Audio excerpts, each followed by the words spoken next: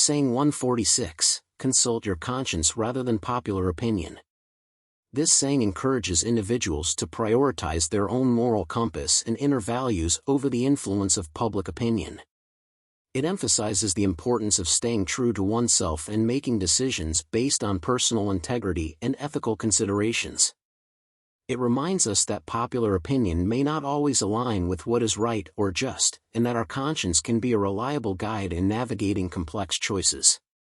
Saying 147, consider what you ought to say, and not what you think. Here, Publilius Syrus highlights the importance of thoughtful communication. It suggests that we should prioritize the content and impact of our words over our immediate thoughts or impulses. It encourages us to reflect on the potential consequences of our speech and to choose our words wisely, ensuring that they align with our values, respect others, and contribute positively to the conversation. Saying 148, you will gain your point better by moderation than anger. This saying underscores the power of temperance and level-headedness in achieving our objectives. It suggests that maintaining a calm and composed demeanor, even in the face of challenges or conflicts, is more effective than giving in to anger or aggression. It highlights the persuasive strength of moderation, reason, and diplomacy in resolving disputes and influencing others. Saying 149, many receive advice, but few profit by it. This saying reflects on the common occurrence of people seeking advice but failing to implement or benefit from it. It reminds us that receiving guidance or counsel is not enough on its own, it is the application of that advice that brings true value. It encourages us to actively listen, reflect, and take action based on the wisdom shared with us, increasing the likelihood of personal growth and positive change. Saying 150, we tolerate without rebuke the vices with which we have grown familiar. Here, Syrus highlights a tendency to overlook or tolerate familiar vices or faults within ourselves and others without reproach. It points to the human inclination to become accustomed to negative behaviors or habits, making it challenging to address or confront them. It serves as a reminder to examine our own complacency and strive to challenge and overcome the vices that have become ingrained in our lives.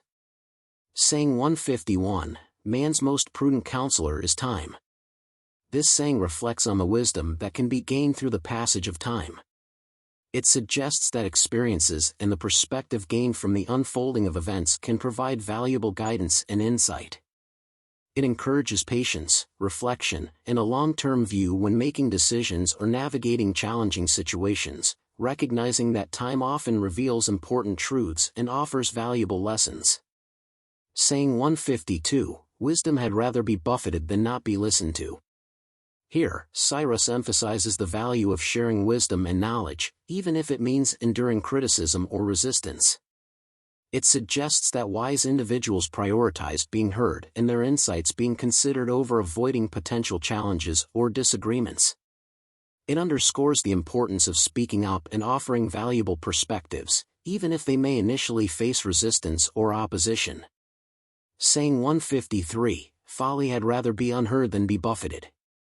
This saying reflects on the preference of foolish individuals to avoid criticism or rejection by remaining silent or not expressing their misguided ideas. It implies that foolishness prefers to go unnoticed rather than risk being exposed and challenged. It serves as a reminder of the importance of discernment in distinguishing wisdom from folly and encourages us to engage in thoughtful dialogue while being open to different perspectives. Saying 154, it is hard to touch that which brings pain by mere contact. This saying highlights the difficulty of dealing with things or situations that inherently cause pain or discomfort. It suggests that some experiences or circumstances can be so inherently challenging that even the slightest contact or engagement with them can evoke pain. It serves as a reminder to exercise caution and sensitivity when navigating sensitive or painful topics or situations. Saying 155, a god can hardly disturb a man truly happy. In this saying, Syrus suggests that genuine happiness and contentment act as a protective shield against external disturbances or influences. It implies that when a person is truly happy, they are less susceptible to being negatively affected by external factors, even those considered powerful or divine. It reflects on the resilience and inner strength that accompany true happiness and well-being. Saying 156, have courage or cunning when you deal with an enemy. This saying offers advice on how to approach interactions or conflicts with an adversary. It suggests that one should either possess the courage to face the enemy directly or employ strategic cunning and cleverness to outmaneuver them. It acknowledges that different situations may require different approaches, emphasizing the importance of adaptability and resourcefulness when dealing with opponents. Saying 157, it is folly to be too frank with impudent familiarity. Here, Syrus cautions against being excessively open or familiar with individuals who display impudence or lack respect.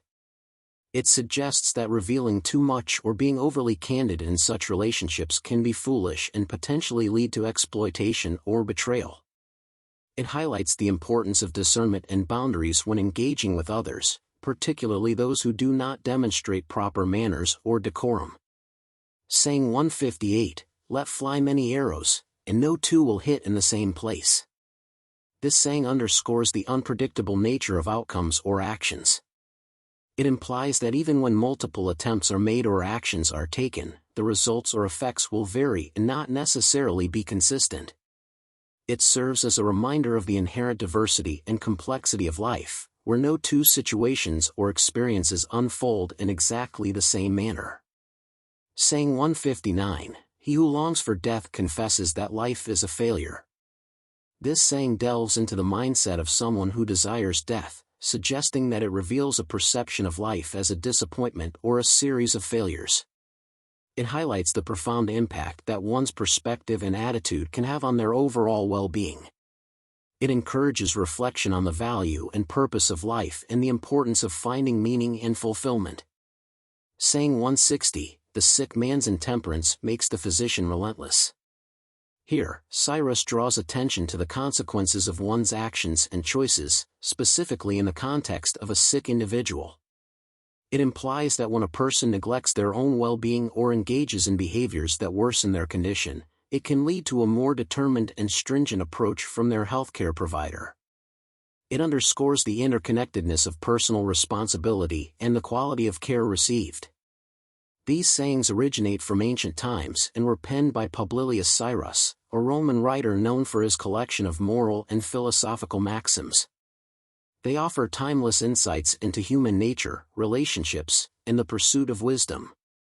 For those interested in exploring a more modern equivalent of these sayings, I recommend the book Wisdom Unveiled, Publilius Syrus for the Modern Era. This book takes the wisdom of Publilius Syrus and presents it in a contemporary way, making it accessible and relevant to the challenges and complexities of the modern world. It offers a fresh perspective on Syrus' sayings and provides valuable insights for personal growth, self-reflection, and navigating today's society. Links are below.